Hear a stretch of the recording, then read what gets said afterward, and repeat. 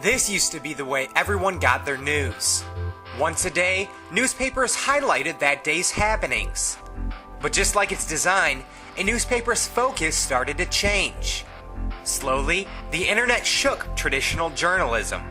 Not only did the look change, with newspapers adapting an online identity, but a journalist's job also changed, adapting an online focus. You have to report it differently because you have to tell, in our internet boom, we have, it's a now society. And so what we want to do is we want to tell the reader what we know when we know it. The push toward online news coverage has been exponential. Daily newspapers in Illinois, for example, updated their websites an average of almost 14 times per day in 2008. In comparison, daily newspapers surveyed said they updated their site less than 3 times a day just 5 years ago in 2003. The web has created great opportunity to offer readers the latest news. However, newspapers are slow to adapt because they didn't want to diminish their print product. There was a lot of skepticism in newsrooms all over the country about why we're devoting so much time and effort to it. A lot of questions about why are we giving all this content away for free. Questions about should we be scooping ourselves.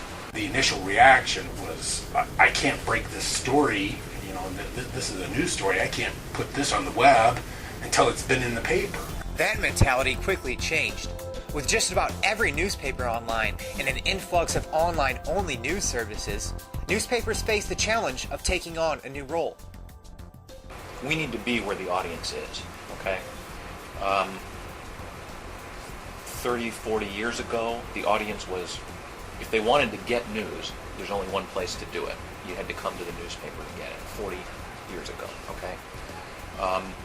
That is about the time when television news was really beginning to come into its own. Prior to that, you really had to get a newspaper if you wanted to be informed about the world. Well, obviously, that's not the case anymore. There's a lot of places you can go to be informed about the world. The newspaper is just one of those places. So we are now thinking of ourselves as a news organization, not a newspaper company, okay?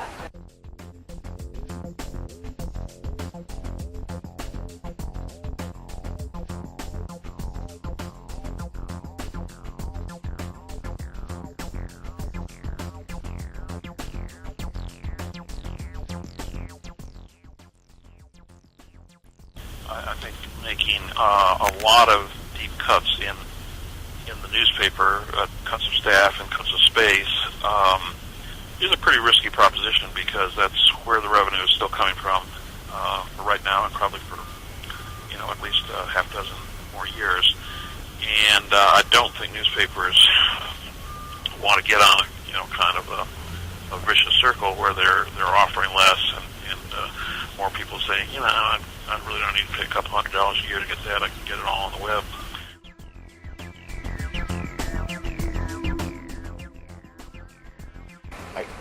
I guess we're trying things and we're experimenting and we're seeing what works.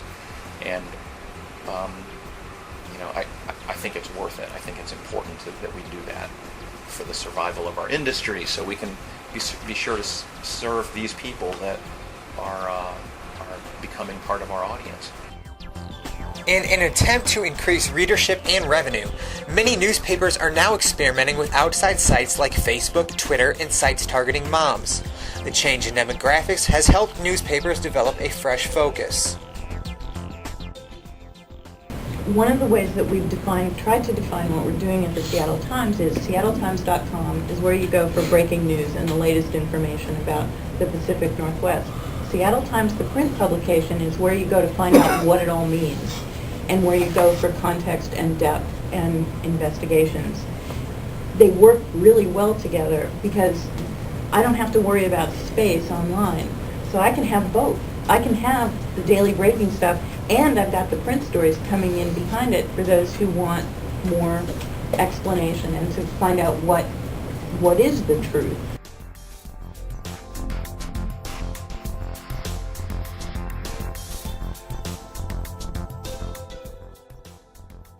And you have to be more willing to trust the audience, and you have to be willing to take advantage of the medium. The ability to interact with people is huge, and it's fun, but it requires you to be a different kind of journalist, I think.